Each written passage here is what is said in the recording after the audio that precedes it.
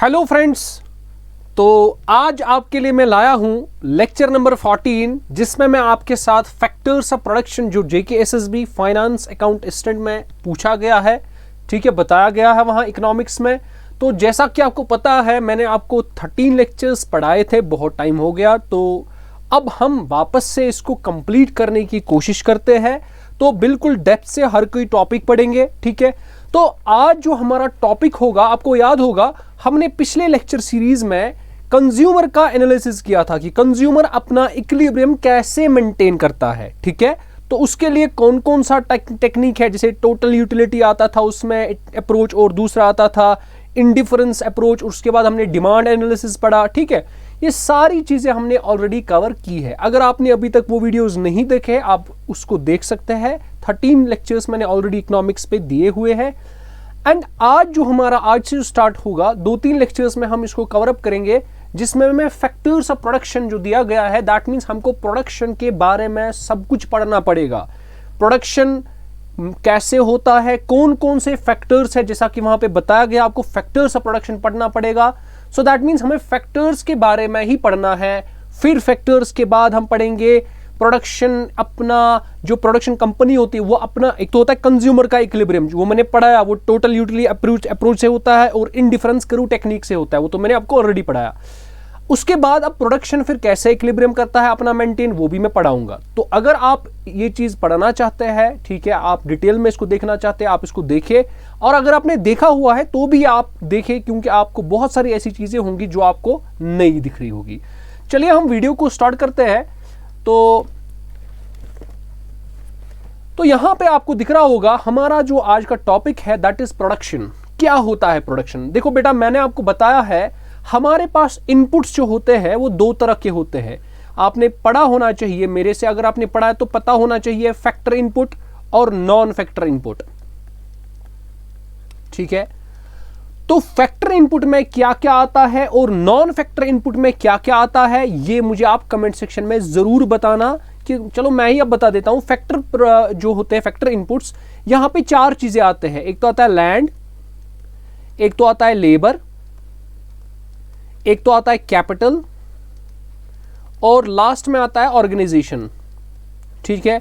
और non factor में आता है रॉ मटेरियल। यानी क्या मतलब होता है, ये जो हमारे पास नॉन फैक्टर और फैक्टर इनपुट्स होते हैं ना, ये चीजें हमें लगते हैं कोई चीज प्रोड्यूस करने के लिए, कोई प्रोडक्शन दिखाने के लिए। लेट सपोज मुझे कोई प्रोडक्ट बनाना, लेट सपोज लेज बनाना है मुझे, तो लेज बनाने के लिए मुझे रॉ मटेरियल का जरूरत पड़ेगा, लैंड का भी जरूरत पड़ेगा, लेबर का भी जरूरत पड़ेगा, कैपिटल का भी जरूरत पड़ेगा, और कोई ऑर्गेनाइजेशन भी होनी चाहिए जो मुझे, मतलब कोई तो होना चाहिए ना माइंड जिसका होगा, जो सारा कोऑर्डिनेट करे, ठीक है। तो वो होती है आपकी ऑर्गेनाइजेशन। तो ये सारी चीजें होती है require for making a product, ठीक है। तो इस चैप्टर में हमें इसी के बारे में पढ़ना है, प्रोडक्शन कैसे बनता है, कौन कौन सी चीजें हैं जो प्रोडक्शन में फैक्टर करती है, ठीक है, मतलब इफेक्ट करती है प्रोडक्शन को, किससे प्रोडक्शन हमारी इंक्रीज होती है, कौन से फैक्टर से जिससे प्रोडक्शन डिक्रीज हो सकती है, ठीक है। और प्रोडक्शन वाले जो होते हैं कंपनीज ठीक है, वो अपना इक्विलिब्रियम कैसे मेंटेन करे, ठीक है, उनका इक्विलिब्रियम का मतलब क्या होता है, ठीक है, वो सारी चीजें इसी लेक्चर में हम कवर करेंगे। तो चलिए अब पहले हम बताते हैं प्रोडक्शन कहां से होता है। प्रोडक्शन मैंने आपको बता दिया, जब यही फैक्टर इनपुट्स और नॉन फैक्टर इनपुट्स जो है, जब इन्हीं को आपस में कॉपरेट करके, ठीक है, ये सारे जो है अभी इनपुट्स मैंने आपको बताए, ये जब सारे इकट्ठे काम करते हैं, land, labour, capital, organisation and plus raw materials, जब इनको इकट्ठा किया जाता है, इकट्ठा करके इनसे काम लिया जाता है, तो वहां से एक प्रोडक्शन बनता है, कोई चीज बनता है, ठीक है। तो इसका मतलब याद रखना है, ये जो आपके पास प्रोडक्शन है, ये बहुत सारे लेवल्स तक हो सकता है। जैसे कोई प्रोडक्शन करता है on a very large scale, कोई प्रोडक्शन कर सकता है स्मॉल स्केल पे। अब याद रखना है, लार्ज स्केल पे प्रोडक्शन करने का फायदा होता है कंपनी को भी और कंज्यूमर को भी। कैसे? जब लार्ज स्केल होता है ना, हम बोलते हैं ना गोल ठेके में इसको करो। गोल ठेके में जब हम कोई चीज लाते हैं ना, तो उस वक्त वो सस्ता पड़ता है। इसीलिए जब कोई क्वांटिटी लार्ज बना, देखो इसको कंपनी वाले को मशीन तो चलानी है। अब अगर मशीन से 100 आइटम्स बनेंगे या मशीन से 10 लाख आइटम्स बनेंगे, लेट अस सपोज जितने भी बनेंगे, आपको क्या लगता है किस में कॉस्ट लगेगा? इसको भी ऑपरेट करने के लिए मशीन ऑन करनी है और 10 लाख को भी बनाने के लिए ऑपरेट करनी है। मगर अगर स्मॉल स्केल के लिए बनाएगा ना तो ये कंज्यूमर के लिए महंगा होगा और इसके लिए भी उतना। तो जब ये कंज्यूमर को महंगा होगा इसका मतलब कंज्यूमर चाहेगा कि भाई मुझे सस्ता हो, तो इसीलिए प्रोडक्शन वाला भी चाहता है कि मुझे ज़्यादा से ज़्यादा क्वांटिटीज़ बिकनी चाहिए। तो इसके लिए क्या होता है कि वो लार्ज स्केल पर अपना प्राइस कम कर लेता है। ठीक है, तो याद रखना चाहिए कि भाई जो भी आपके पास लार्ज स्केल प्रोडक्शन होती है वहाँ पर कॉस्ट जो होता है ना ऑन ईच आइटम वो रिड्यूस होता है। तो यहाँ तक आपको क्लियर हुआ होगा। हम चलते हैं नेक्स्ट पे। देखिए अब हमारे पास ये जो फैक्टर्स ऑफ प्रोडक्शन है जो मैंने आपको बोला कितने हैं, 4 हैं। एक है लैंड, ठीक है, एक है आपके पास लैंड, एक है लेबर, एक है कैपिटल, एक है ऑर्गेनाइजेशन या इसको एंटरप्राइज कहते हैं। ठीक है, अब सर ये कैसे? देखो जब तक आपके पास लैंड नहीं होगा तब तक आप कोई काम कैसे स्टार्ट करोगे? फिर लेबर भी तो लगनी चाहिए, फिर कैपिटल, आपके पास मनी तो होना चाहिए ना कुछ जिससे आप कोई चीज स्टार्ट करो। फिर ऑर्गेनाइजेशन, कोई तो होना चाहिए जो हेड करे इस सारी चीजों को, वरना अगर कोई हेड करने वाला नहीं होगा, कोऑर्डिनेट करने वाला नहीं होगा तो कैसे कोई चीज बनेगा? ठीक है, अब लैंड, लेबर, कैपिटल, ऑर्गेनाइजेशन से इकोनॉमिक्स में क्या मतलब होता है? इनके फीचर्स, लैंड के फीचर्स, लेबर के फीचर्स, कैपिटल के फीचर्स, ऑर्गेनाइजेशन के फीचर्स, इनको हम अलग अलग बिल्कुल डिटेल से पढ़ने वाले हैं। तो चलिए स्टार्ट करते हैं। जैसे हमारे पास लैंड है, सर लैंड से क्या मुराद है? लैंड से मुराद होता है जो नेचुरल रिसोर्सेज हैं हमारे, जैसे सॉइल है, मिनरल डिपॉजिट, सीज है, रिवर्स है, ये सारी चीजें आपको लैंड से मुराद है। ठीक है, अब याद रखना है जो हमारे पास लेबर और लैंड है, ठीक है, लेबर और लैंड को प्राइमरी फैक्टर्स ऑफ प्रोडक्शन कहा जाता है। ठीक है, लेबर और लैंड को, इनको प्राइमरी फैक्टर कहा जाता है, और ये जो कैपिटल एंड ऑर्गेनाइजेशन है इनको सेकेंडरी कहा जाता है। तो लैंड और लेबर क्या होते हैं? हमारे प्राइमरी फैक्टर। कैपिटल और ऑर्गेनाइजेशन क्या होते हैं? सेकेंडरी फैक्टर होते हैं। ठीक, और ये जो आपस में लैंड होता है, लेबर होता है, कैपिटल होता है, ऑर्गेनाइजेशन होता है, ये आपस में एक दूसरे पे डिपेंड होते हैं। ठीक है, देखो जब तक लैंड ना हो तब तक लेबर कैसे काम करेगा, जब तक कैपिटल ना हो लेबर कैसे काम करेगा, जब तक अगर लैंड है कैपिटल नहीं है तो भी काम नहीं चलेगा, अगर लैंड है, लेबर है, कैपिटल है, ऑर्गेनाइजेशन नहीं है तब भी प्रोडक्शन नहीं हो सकती है। तो इसका मतलब चारों का चारों एक दूसरे पर असर पड़ेगा। जैसे अगर आपने लैंड कम कर लिया या लेबर को इंक्रीज किया, लेबर को डिक्रीज किया, कैपिटल को इंक्रीज किया, कैपिटल को डिक्रीज किया, ऑर्गेनाइजेशन को इंक्रीज किया, मतलब ऑर्गेनाइजेशन तो इंक्रीज डिक्रीज नहीं हो सकती है।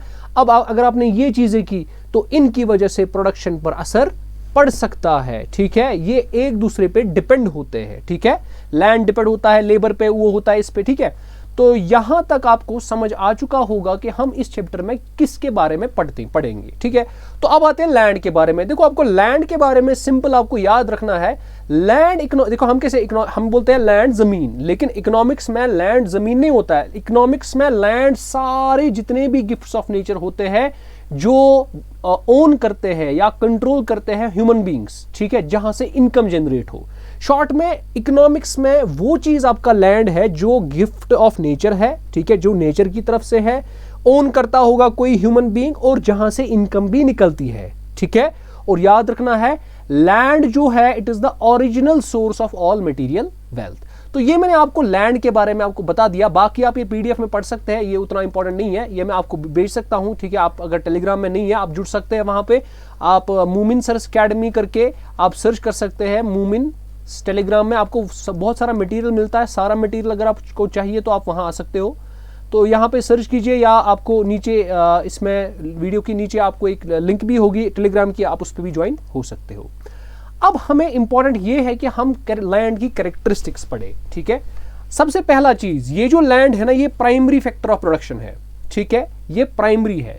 दूसरा, लैंड इज अ पैसिव। देखो ये भी इंपॉर्टेंट है, लैंड सबसे पहले प्राइमरी फैक्टर है, लैंड पैसिव फैक्टर भी है। यानी ये इसका काम कुछ नहीं होता है, बस इसका काम ये है कि भाई ये है, फिर उसके बाद इसका काम नहीं है कुछ। जैसे लेबर होता है, लेबर ये नहीं होता है एक्टिव, पैसिव नहीं होता है, वो एक्टिव होता है। ठीक है, क्यों? वो उधर इधर करता है, वहां से वो लाइवली होता है। लेकिन लैंड का क्या काम है? बस लैंड का होना इतना ही काफी है। लेकिन लेबर का होना फिर वो ऐसे हाथ बैठ करके ऐसे खड़ा होगा ऐसे साहब की तरह, तो वो कुछ काम नहीं करेगा। नहीं, लेबर का फिर उसके बाद एक तो प्रेजेंस भी दिखानी है, उसके बाद काम भी करना है। लैंड के पास खाली प्रेजेंस होना है, बस उसको प्रेजेंस अपनी दिखानी है भाई, उसको लाना है लैंड को, उसका फिर बस काम खत्म। तो ये पैसिव फैक्टर है। Land is a free gift of nature, ये पता ही है। Land has no cost of production, ठीक है। Land is fixed in supply, ठीक है। उसके बाद लैंड इज परमानेंट, ये सारी चीजें आप पढ़ सकते हो। Land is heterogeneous as it differs in fertility, तो पता है आपको, अगर एक एरिया का लैंड दूसरे एरिया का लैंड लेंगे, ये दोनों हेटेरोजेनस होते हैं, एक जैसे नहीं होते हैं। और एक ही लैंड के हम बहुत सारे यूजेस निकाल सकते हैं। जैसे आपके पास है एक लैंड, इसी लैंड से आप राइस भी कल्टीवेट कर सकते हो, इसी लैंड पर आप कोई ऑर्गेनाइजेशन भी अपनी बना सकते हो, जहां पर लेट सपोज कोई प्रोडक्ट बनता होगा, लेट सपोज बुक्स बनती है वहां पे।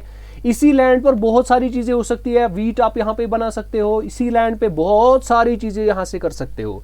अब यहाँ पे एक इंपॉर्टेंट चीज है, लैंड जो है इसमें एक लॉ, ये लॉ एक ओबे करता है, उसको बोलते हैं लॉ ऑफ डिमिनिशिंग रिटर्न्स। अब जब आप इस लेक्चर को देखोगे ना आगे हमें दो लॉज पढ़ने हैं इसमें। लॉ ऑफ डिमिनिशिंग रिटर्न्स एक है उसमें, और भी दूसरा एक लॉ आ जाएगा जो हम आगे पढ़ेंगे, ठीक है। तो इसका मतलब दूसरा कौन है, लॉ ऑफ वेरिएबल प्रोपोर्शन, ठीक है।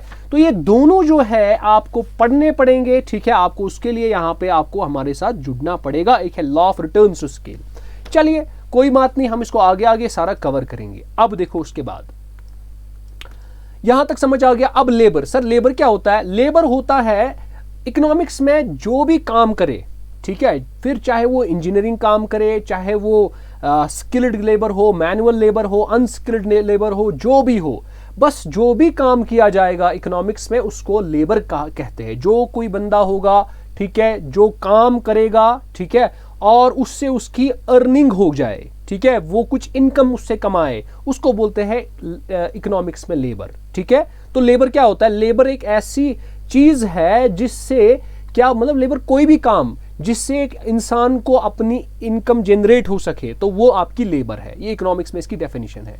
इसके बाद चलते हैं हम कैरेक्टरिस्टिक्स ऑफ लेबर। ये है सबसे पहले आपको याद रखना है, लेबर जो है ना, it is an animate factor. Animate क्या होता है? ये एक्टिव फैक्टर होता है। ये एनिमेट मतलब होता है लाइवली फैक्टर, क्योंकि लेबर ऐसा नहीं हो सकता कि चलो इस लेबर हमने लाया कोई, तो फिर ये हाथ ऐसे बैठेगा, सीधे ऐसे खड़ा रहेगा, देखेगा तमाशा। नहीं, इसको काम करना है। लेबर का प्रेजेंट होना खाली जरूरी नहीं, he must be active, labour must be active. अच्छा, लेबर के बहुत सारे टाइप्स होते हैं, तो पता ही आपको, मैनुअल है, इंटेलेक्चुअल है, ये तो सारी चीजें जो है वो इजी है। और लेबर आपको पता ही है ये पेरिशेबल है, यानी किसी ने काम किया अब ये खत्म होगी, ये वही नहीं रहेगा। एज कंप्यूटर लैंड अगर आपने एक बार लाया तो वो वही का वही है, वो कहीं नहीं जाएगा। इसी तरीके से लेबर जो है ये लेबरर से इनसेपरेबल नहीं कर सकते। देखो, लेबरर होता है, उसने अपना लेबर किया, उसने अपनी मजदूरी की। अब क्या आप उसको मजदूरी से, उसकी मजदूरी उससे अलग कर सकते हो? नहीं कर सकते हो, ठीक है। अब उसके बाद लेबर जो होता है, it is less mobile between places and occupations, ठीक है। तो ये सारी चीजें आप पढ़ सकते हो, यहां पे कुछ ज्यादा बताने की जरूरत नहीं है। अब उसके बाद हमारे पास आता है कैपिटल, ठीक है। तो कैपिटल क्या है आपको इकोनॉमिक्स में याद रखना है। कैपिटल वो सारे वेल्थ होते हैं, लेकिन फ्री गिफ्ट ऑफ नेचर के बगैर सारे किस्म के वेल्थ होते हैं। ये मार्शल ने कहा। मार्शल ने क्या कहा भाई? कैपिटल वो सारी वेल्थ होती है जहां से आपको इनकम जनरेट होती है, ठीक है। और याद रखना, जैसे मिसाल के तौर पर हम एक बात और कैसे कहेंगे, ऑल कैपिटल इज वेल्थ।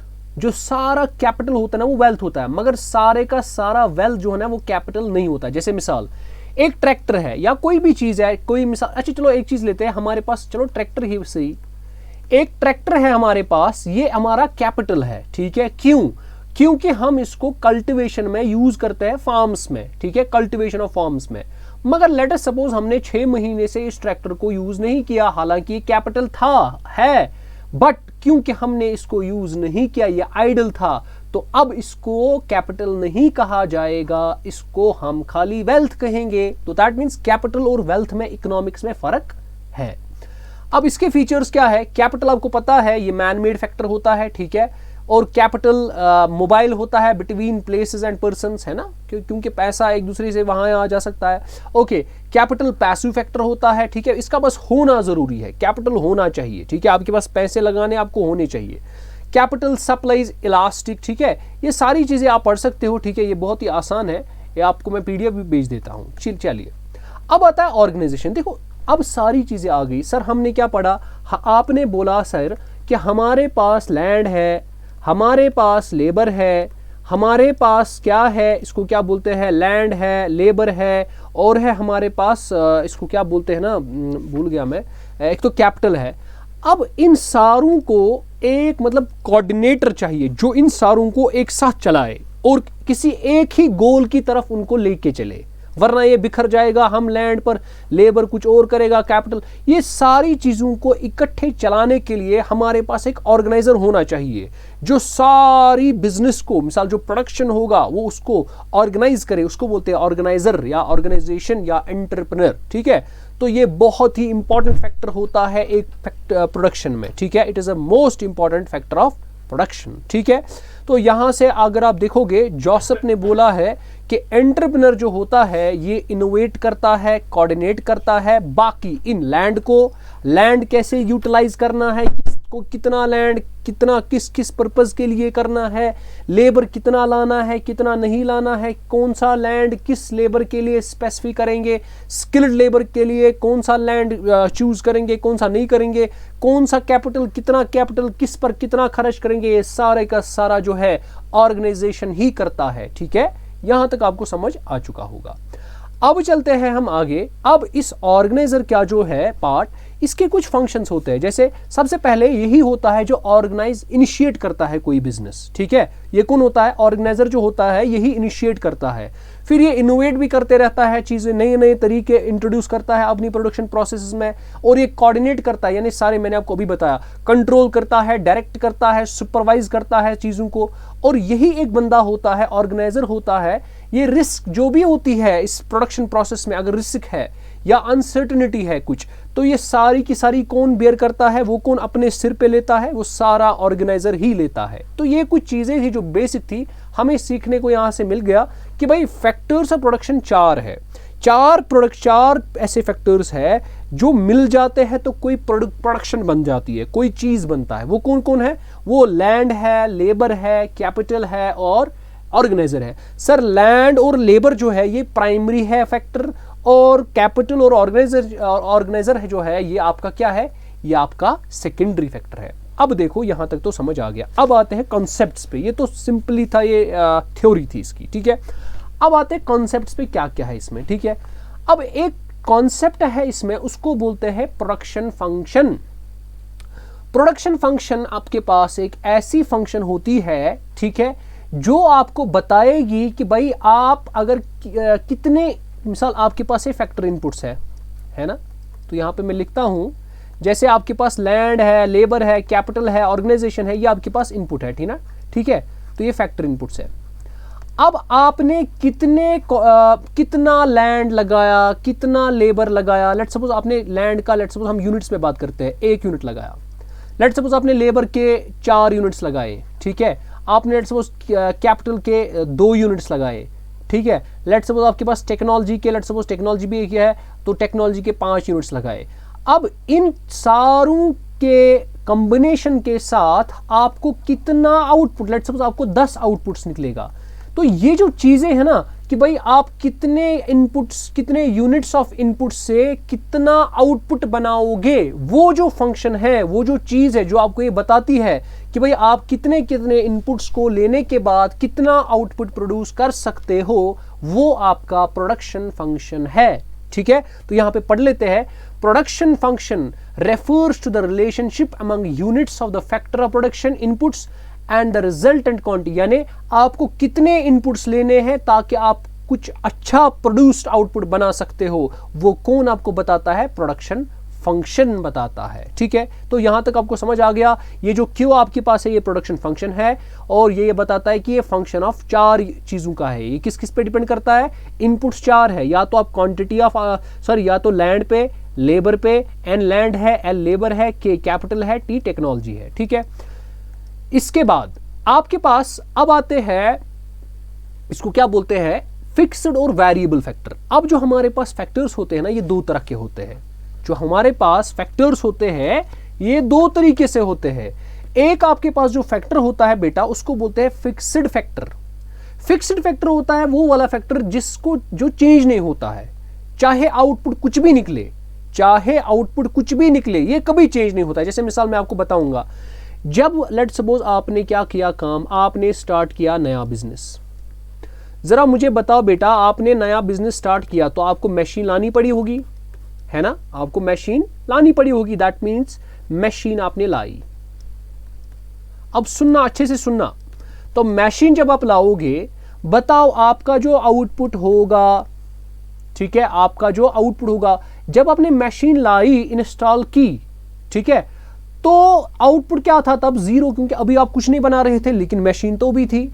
अब इसका मतलब, अब अगर आउटपुट कुछ बन रहा है, लेट्स सपोज आपने 50 यूनिट्स किसी चीज के बनाए, तब भी मशीन है। इसका मतलब मशीन तब भी थी जब कुछ आउटपुट नहीं बन रहा था, मशीन तब भी है जब कुछ आउटपुट बन रहा है। तो मशीन का होना या ना होना, क्या ये आउटपुट पर डिपेंड है? नहीं है। तो इस वाले फैक्टर को बोलते हैं फिक्स्ड फैक्टर। अब दूसरा होता है वेरिएबल फैक्टर। वेरिएबल फैक्टर में आप एग्जांपल ले सकते हो लेबर। देखो, जब आपके पास आउटपुट कुछ नहीं बना, जब आपके पास कोई प्रोडक्ट नहीं बना, बताओ तब लेबर भी आपने कोई यूज नहीं किया। तो जिसका मतलब अगर जब लेबर जीरो, आउटपुट जीरो, मगर जब आउटपुट बना कुछ, लेट्स सपोज आउटपुट में आपने 10 यूनिट्स बनाए, तो इसका मतलब लेबर भी तब कुछ ना कुछ लगा होगा। दैट मीन्स यहां पे लेबर का होना या ना होना आउटपुट पर डिपेंड होता है, ठीक है। तो इसलिए लेबर को बोलते हैं वेरिएबल फैक्टर, ठीक है। तो याद रहेगा। तो ये आप पढ़ सकते हो यहाँ पे, जब मैं इसको पीडीएफ में दूंगा, इसमें बहुत डिटेल से मैंने आपको सब कुछ लिख कर रखा है, आप इसको पढ़ सकते हैं। अब देखिए बेटा, आपके पास प्रोडक्शन जो है ना, ये इंपॉर्टेंट है। अब आते हैं हमारे प्रोडक्शन पे। प्रोडक्शन दो तरीके से होती है, या तो आपका शॉर्ट रन प्रोडक्शन हो सकता है, या तो आपका लॉन्ग रन प्रोडक्शन हो सकता है, ठीक है। अब ये हम सर शॉर्ट प्रोडक्शन या लॉन्ग रन प्रोडक्शन क्यों करते हैं? ये इनपुट्स की वजह से होता है, ठीक है। जैसे इनपुट्स होंगे आपके पास, ठीक है, तो उसी हिसाब से आपका शॉर्ट रन बन सकता है या तो लॉन्ग रन बन सकता है, ठीक है। अब देखेंगे किस मतलब सप्लाई से आपको क्या बनेगा, ठीक है। अब देखते हैं। सबसे पहला आपका है शॉर्ट रन प्रोडक्शन फंक्शन। ये वो वाला प्रोडक्शन है जो आप शॉर्ट पीरियड के लिए करते हैं, ठीक है, जहां पे कम से कम आपको एक फैक्टर लेना पड़ेगा फिक्स्ड का, और बाकी सारे लेते हो आप वेरिएबल के। सो क्या समझ लिया? शॉर्ट रन प्रोडक्शन फंक्शन बेटा वो फंक्शन होता है, वो प्रोडक्शन जिसमें आप क्या करते हो काम, शॉर्ट रन के लिए, शॉर्ट टाइम के लिए आप कोई चीज बनाते हो, और जिसमें कम से कम एक फैक्टर उसमें क्या होना चाहिए, फिक्स्ड होना चाहिए, और बाकी क्या होने चाहिए, बाकी वेरिएबल। सो एक फिक्स्ड बाकी वेरिएबल। मैंने आपको भी बोला वेरिएबल फैक्टर क्या होता है और फिक्स्ड सप्लाई क्या होता है, मैंने आपको बता दिया, ठीक है।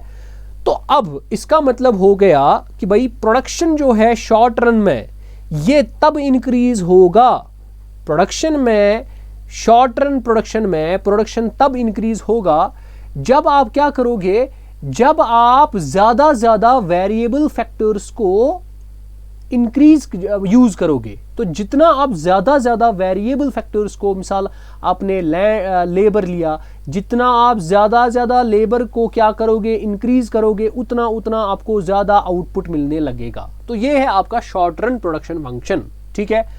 अब देखिए उसके बाद जैसे इसमें आता है लॉन्ग रन प्रोडक्शन। ये लॉन्ग टाइम के लिए है, जिसमें सारे के सारे फैक्टर्स जो होते हैं वो वेरिएबल होते हैं। तो ये आपको याद रखना है। क्या याद रखोगे? शॉर्ट रन प्रोडक्शन में कम से कम एक होता है फिक्स्ड, एक फिक्स्ड सप्लाई होता है, फिक्स्ड इनपुट होता है, और बाकी होते हैं वेरिएबल। मगर लॉन्ग रन प्रोडक्शन में इसमें सारे का सारा हम वेरिएबल ही रखते हैं। इसका मतलब हो गया, अगर आपको लॉन्ग रन प्रोडक्शन फंक्शन में अपनी प्रोडक्शन इंक्रीज करनी है, आपको सारे के सारे फैक्टर्स इंक्रीज करने हैं, ठीक है। क्यों? क्योंकि वेरिएबल है, ये चेंज हो सकते हैं, फिक्स्ड चेंज नहीं हो सकता, इसलिए उसको चेंज नहीं करते आप, खाली वेरिएबल को चेंज करते हो, ठीक है। तो इसका मतलब हो गया सर वेरिएबल में क्या आता है, वेरिएबल में आता है रॉ मटेरियल आएगा, डेली वेज आएगा, तो ये सारी चीज़ें आ सकती है। तो याद रखना आपको इतना ही कि भाई आपके पास शॉर्ट रन प्रोडक्शन में फिक्स्ड एक होता है, कम से कम एक होना चाहिए और बाकी वेरिएबल, लेकिन लॉन्ग रन में आपको सारी के सारे क्या होने चाहिए, वेरिएबल। अभी आप आगे जब पढ़ोगे ना शॉर्ट रन प्रोडक्शन फंक्शन के लिए जो लॉ यू मतलब होल्ड करता है, मतलब प्रोडक्शन का law, long run production function के लिए जो प्रोडक्शन लॉ होता है, वो दोनों के लिए अलग अलग से पढ़ेंगे हम, जिसको हम बिल्कुल डीपली एक्सप्लेन भी करेंगे। अब कुछ टर्म्स है जिसको आपको जरूरी याद होनी चाहिए, पता होनी चाहिए कि ये क्या है, ठीक है। सबसे पहले मैं आपको बताऊंगा टोटल प्रोडक्ट।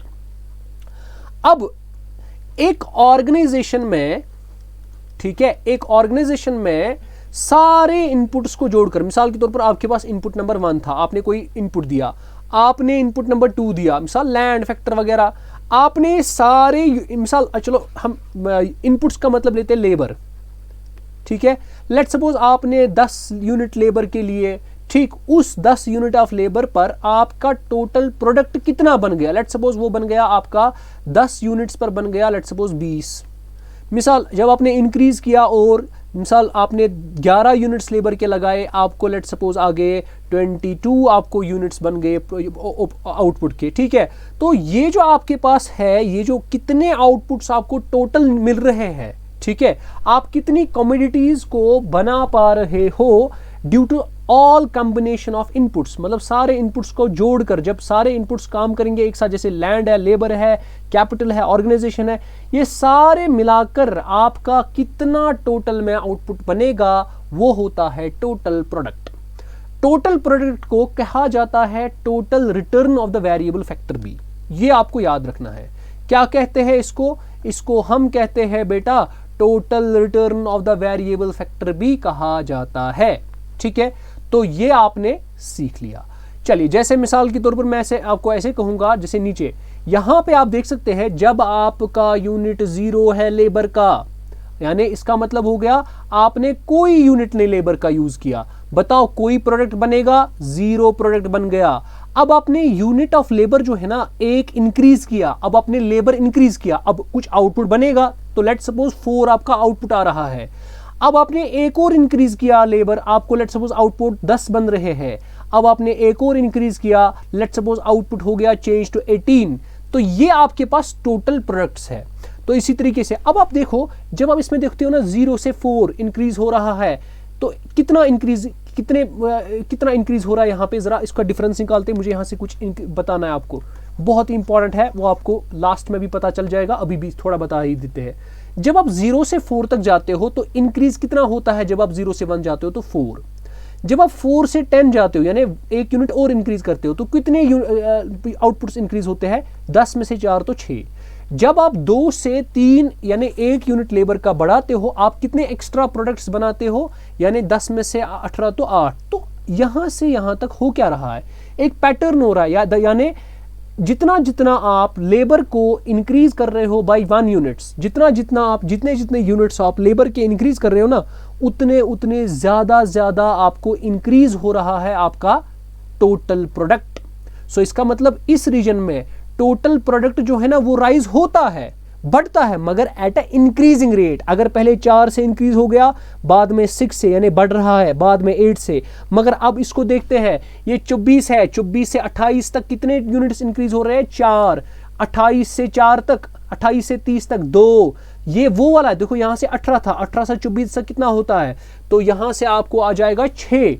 तो इस पीरियड में देखो 8 से 6 हो गया, 6 से 4 हो गया, जो 4 से 2 हो गया, टोटल प्रोडक्ट तो इंक्रीज हो रहे हैं मगर उस रेट से नहीं हो रहे हैं, ये डिक्रीज हो रहे हैं। तो इसका मतलब यहां से यहां तक आपका टोटल प्रोडक्ट जो है राइज तो हो रहे हैं। देखो 18 से बन रहा है 24, 24 से बन रहा है 28, 28 से बन रहा है 30, राइज हो रहा है टोटल प्रोडक्ट। मगर ये जो टोटल प्रोडक्ट है ये तो राइज हो रहा है, मगर ये राइज हो रहा है एट ए डिक्रीजिंग रेट। सर क्या मतलब, पहले 8 से इंक्रीज हो रहा था, फिर थोड़ा कम से इंक्रीज हो गया दैट मीन्स 6 से, फिर थोड़ा कम से इंक्रीज हो गया दैट मीन्स 4 से, उसके बाद इससे भी कम से इंक्रीज हो गया दैट मीन्स 2 से, ठीक है। तो आहिस्ता आहिस्ता क्या हो रहा है, ये डिक्रीजिंग रेट से इंक्रीज हो रहा है। मगर जब आप एक और यूनिट यहां पे इंक्रीज करोगे, अब ये इंक्रीज नहीं होगा। क्यों? क्योंकि अब ये मैक्सिमम तक पहुंच गया। अब इसके बाद और आउटपुट नहीं बन सकता है।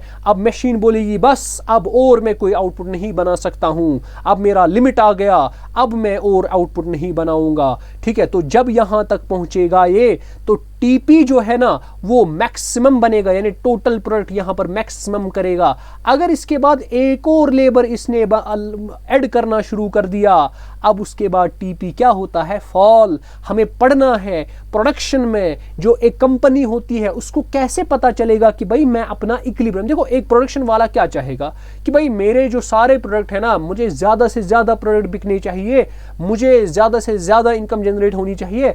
अब बेचारे को उसके लिए भी आपको इकोनॉमिक्स की जरूरत लेनी पड़ेगी। अगर एक कंपनी है उसको देखना है कि मैं कैसे ग्रोथ करूं, उसको भी इकोनॉमिक्स पढ़ने की जरूरत है। तो उसको अगर वो यहां पे रैशनल होगा, वो इधर से इसके बाद जब वो 7 तक पहुंचेगा या 6 तक पहुंचेगा, उसको 30 बन गए। अब और एक इंक्रीज करने से आउटपुट इंक्रीज नहीं हो रहा है। दैट मीन्स अगर वो रैशनल होगा ना, ऑर्गेनाइजेशन एक अपने मुनाफे के लिए काम करती है ना, हर कोई करता है अपने मुनाफे के लिए, वो इधर स्टॉप करना चाहिए। क्यों? क्योंकि उसके बाद आपके टोटल प्रोडक्ट में डिक्रीज आ रहा है। तो आई होप आपको ये समझ आ रहे हैं ये जो सारी चीजें मैं बता रहा हूं। अब इसके बाद एक और डेफिनेशन है, उसको बोलते हैं एवरेज प्रोडक्ट। एवरेज प्रोडक्ट होता है आपके पास टोटल प्रोडक्ट कितने बन रहे हैं डिवाइडेड बाय आपने लेबर के कितने इनपुट्स लगाए थे, ठीक है। तो इसका मतलब ये बताता है एक इनपुट के लिए आपके पास कितने प्रोडक्ट बन रहे हैं। एक लेबर इनपुट के लिए अगर आप एक यूनिट लेबर का यूज करोगे, उसके एक यूनिट पर आपको कितने प्रोडक्ट्स बनते हैं, वो आपका है एवरेज प्रोडक्ट, ठीक है। तो जैसे आपको मैं बताऊंगा, यहां पे आपके पास यहां पे है, जब इसने कोई मतलब प्रोडक्ट नहीं यूज किया था, कोई लेबर यूज नहीं किया था, तो प्रोडक्ट 0 बन रहा था।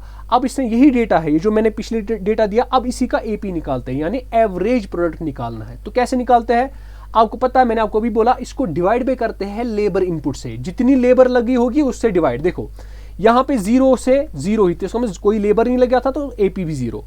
अब यहां पे लेबर खुद ही एक यूनिट की है, तो हमको डिवाइड करने की जरूरत नहीं है। जब ये एक ही यूनिट की, मैंने आपको बताया ना, एक यूनिट लेबर से, याद रखना है, एक यूनिट लेबर लगाने से आपको कितने आउटपुट मिलेंगे, आपको कितने प्रोडक्ट्स मिलेंगे, उसको बोलते हैं एवरेज प्रोडक्ट, ठीक है। तो 2 से कितने बनते हैं, जब आपने एक और यूनिट ऐड किया ना, दैट मींस 2 यूनिट्स। इसका मतलब हो गया जब आपने 2 यूनिट्स लेबर के यूज किए कंपनी में, तो आपके पास प्रोडक्ट कितने बन गए, 10। इसका मतलब एक के लिए कितना बनेगा, 5। तो 5 आपका एवरेज होगा। जब आपने 3 के लिए एक और बढ़ा दिया लेबर, तो 3 के लिए कितना बनता है, टोटल बनते हैं 18। तो एक लेबर कितना बनाएगा, एक यूनिट बनाएगा 6, ये होगा एवरेज। तो ये आपको समझ आ रहा होगा। उसके बाद जब ये 4 से जाएगा 5 तक, ठीक है, तो ये 24 कितने बना रहे हैं, 4 यूनिट्स। तो इसका मतलब डिवाइड बाई 4 कर लो तो 6। इसी तरीके से इसको डिवाइड करना है, 28 डिवाइड बाई 5 तो 5.6, ये सीधे बनता जाएगा, ठीक है। तो यहां तक आपको समझ आ चुका होगा। इसके बाद ये अभी कुछ टर्म्स है, ठीक है, कुछ टर्म्स है प्रोडक्शन के रिलेटेड। अब एक और चीज है मार्जिनल प्रोडक्ट। देखो मार्जिनल क्या होता है, जैसे आप, मैं पिछले ही स्लाइड पे वापस आता हूं, जो आपके पास पिछली स्लाइड थी, ये आपके पास पिछली स्लाइड थी। आपने देखा जब यहां पे 0 था, 0 के बाद आपने एक यूनिट लेबर का इंक्रीज किया, आपको कितना बन गया, प्रोडक्ट कितने इंक्रीज हो गया, 0 से 4। तो ये हो गया आपका मार्जिनल प्रोडक्ट। तो आपका हो गया मार्जिनल प्रोडक्ट, यहां पे 4 है। अब जब आपने एक यूनिट आपका था, यूज हो रहा था, अब आपने एक और इंक्रीज किया, अब टोटल कितने बन रहे हैं, 10। अब कितना इंक्रीज हो रहा है, 4 से 10। इसका मतलब दूसरे यूनिट लगाने से, दूसरा जो लेबर का यूनिट था, जो लास्ट वाला यूनिट यानी दूसरा यूनिट लगाने से आपको कितना इंक्रीज हो गए प्रोडक्ट, आपको 6 हो गए। तो इसका मतलब 6 आपका मार्जिनल प्रोडक्ट है। यानी एक एडिशनल यूनिट लेबर लगाने से आपको कितने प्रोडक्ट्स बनते हैं, ठीक है। जैसे अगर आपके पास एक यूनिट लेबर से 4 बनते थे, 2 लेबर यूनिट से 10 बनते थे, 3 यूनिट लेबर के 18 बनते थे। इसका मतलब हो गया जब मैंने तीसरा यूनिट लेबर का एम्प्लॉय किया, उसको बोला चलो आ जाओ काम करो, अब कितने बन रहे? 18। इसका मतलब तीसरा लेबर जो है, तीसरा यूनिट लेबर का, उसकी वजह से एडिशनल कितने बन गए? पिछली 10 थे, इसका मतलब एडिशनल बन गए 8। तो 8 आपका बन जाएगा मार्जिनल प्रोडक्ट। आई होप आपको समझ आ रहा होगा। आप वीडियो को अच्छे से देखते रहो, आपको बिल्कुल मजा आ जाएगा। इसमें अभी हमको बहुत सारी चीजें पढ़नी है, तो इसका मतलब इसमें अभी हम 1-2 लेक्चर्स और लाएंगे। तो अभी आप देखते रहो क्या हो जाएगा क्या नहीं हो जाएगा। तो क्या मैं कह सकता हूं कि ये जो मार्जिनल प्रोडक्ट है, ये नहीं होता है, देखो जो आपका पिछला था, जैसे आपके पास ये एक यूनिट पर कितने थे? 4, दूसरे पर 10। अगर आपको बताऊंगा कितना दूसरा यूनिट एम्प्लॉय करने पर आपको कितने प्रोडक्ट्स इंक्रीज हो रहे हैं, तो हम करते हैं लास्ट में कितने यूनिट्स टोटल है, तो टोटल में कितने बन रहे हैं? 10। पिछले कितने यूनिट्स थे? ठीक है, आप बताओगे 4, तो इनको माइनस करना है, तो 10 - 4 = 6, वही आपका मार्जिनल आएगा। इसीलिए इसमें फॉर्मूला भी जो है ये आपको याद रखनी है। मार्जिनल प्रोडक्ट जो होता है that is equal TPN - TPN - 1। TPN मतलब होता है जो आपने nth यूनिट लगाया ना लेबर का, उस वक्त टोटल प्रोडक्ट क्या है, और जो उससे पहले टोटल प्रोडक्ट था nth लगाने से पहले, n - 1th जब आपने लगाया था लेबर, उस वक्त कितना, इन दोनों का माइनस करोगे, यही आपका मार्जिनल प्रोडक्ट है। तो ये मैंने आपको कुछ चीजें बताई। अच्छा, अब एक और चीज यहां पे अगर आप देखोगे इस मार्जिनल प्रोडक्ट को, ये जो आपने MP के वैल्यूज देखो, ये होते हैं, ये हमारे पास TP के वैल्यूज 0, 4, 10, 18, 24। फिर हमने डिफरेंस निकाली, 4 - 0 = 4, 10 - 4 = 6, यहां पे लिखा, 18 - 10 = 8, ये मार्जिनल प्रोडक्ट है। 24 - 18 = 6, 28 - 24 = 4, 30 - 28 = 2, 30 - 30 = 0, 28 - 30 = -2। ये आपकी क्या बनेंगे? MP, that means marginal product. अब अगर हम इन्हीं पॉइंट्स को यूनिट्स ऑफ लेबर के हिसाब से, यानी यूनिट ऑफ लेबर को x एक्सिस पे प्लॉट करेंगे और MP को y एक्सिस पे प्लॉट करेंगे, आपके पास एक ग्राफ आएगा। अगर आप इस ग्राफ को अच्छे से देखोगे ना, ये इंपॉर्टेंट है, इसको अच्छे से देखो। अगर आप ग्राफ को इंपॉर्टेंट अच्छे से एनालाइज करोगे, इसमें क्या होता है बताता है। MP का ग्राफ जो है, MP इसको बोलते हैं MP कर्व। क्या बोलते हैं इसको? MP curve, marginal product curve. इसमें पहले क्या होता है, जितना आप यूनिट्स लेबर के बढ़ाओगे, तो जितना आपने यूनिट्स ऑफ लेबर बढ़ाया, ये जो आपके पास मार्जिनल प्रोडक्ट है ये इंक्रीज हो रहा है।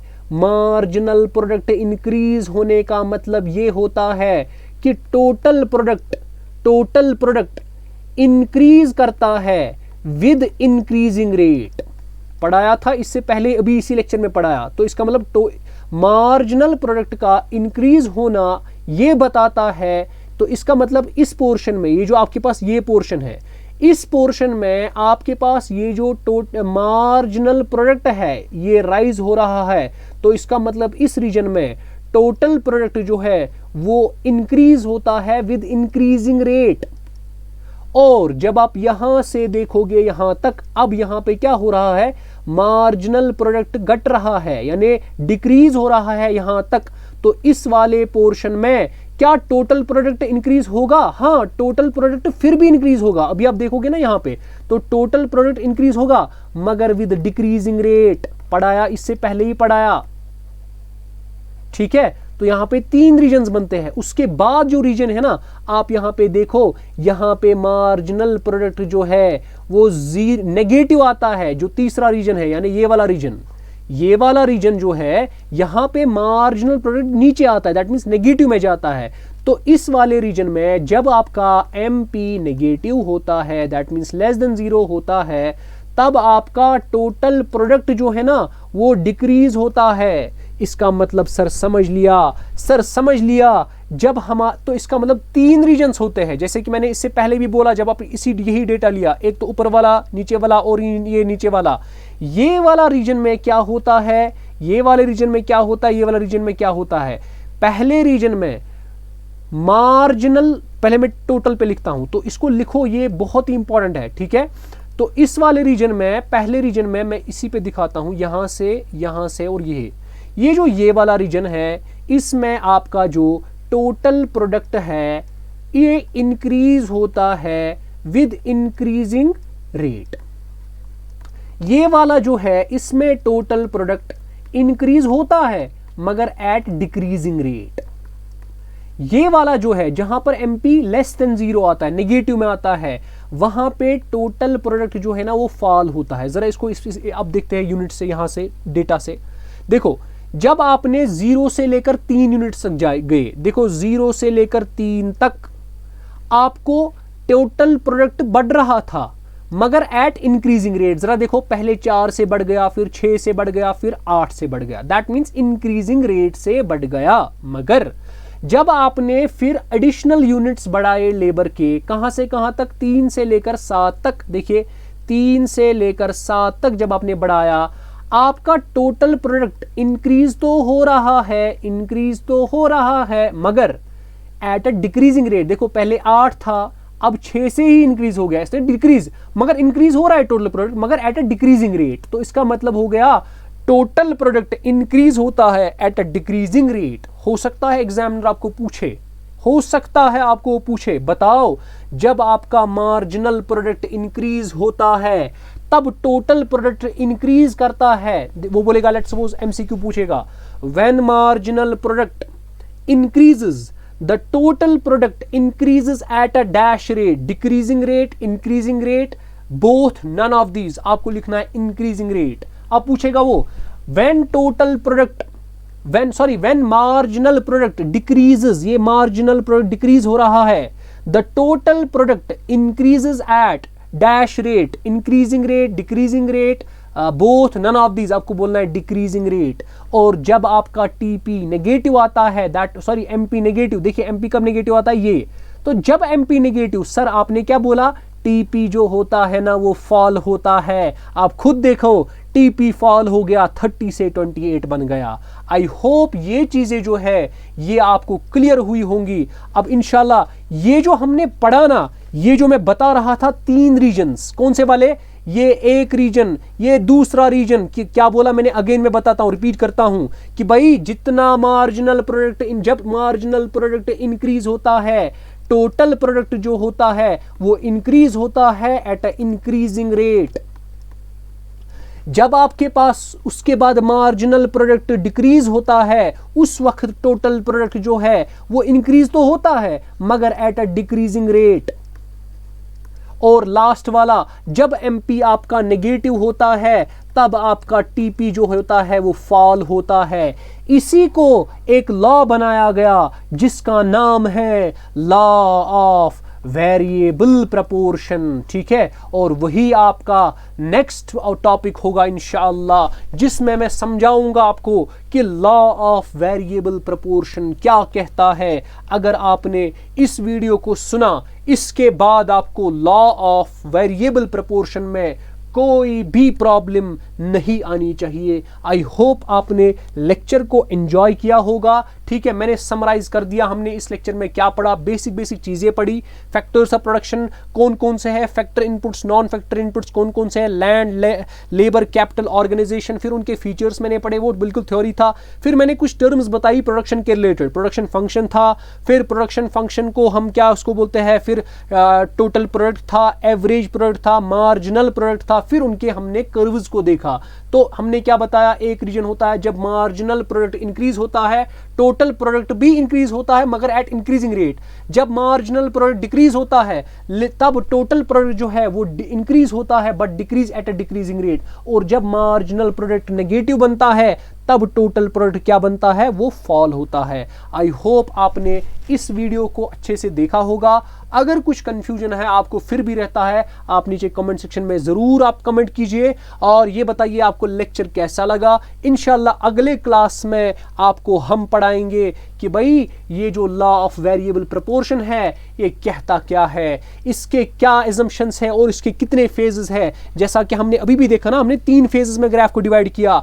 अब इसी मार्जिनल प्रोडक्ट और टोटल प्रोडक्ट के ग्राफ को हमको एनालाइज करना है, बिल्कुल कंप्लीटली एनालाइज करना है एक लॉ में जिसका नाम है लॉ ऑफ वेरिएबल प्रोपोर्शन, जो हमारा अगला टॉपिक होगा। हम इस वीडियो को अभी स्टॉप करते हैं, तो इंशाल्लाह हम मिलते हैं आपके साथ अगले वीडियो में। तब तक के लिए खुदा हाफिज।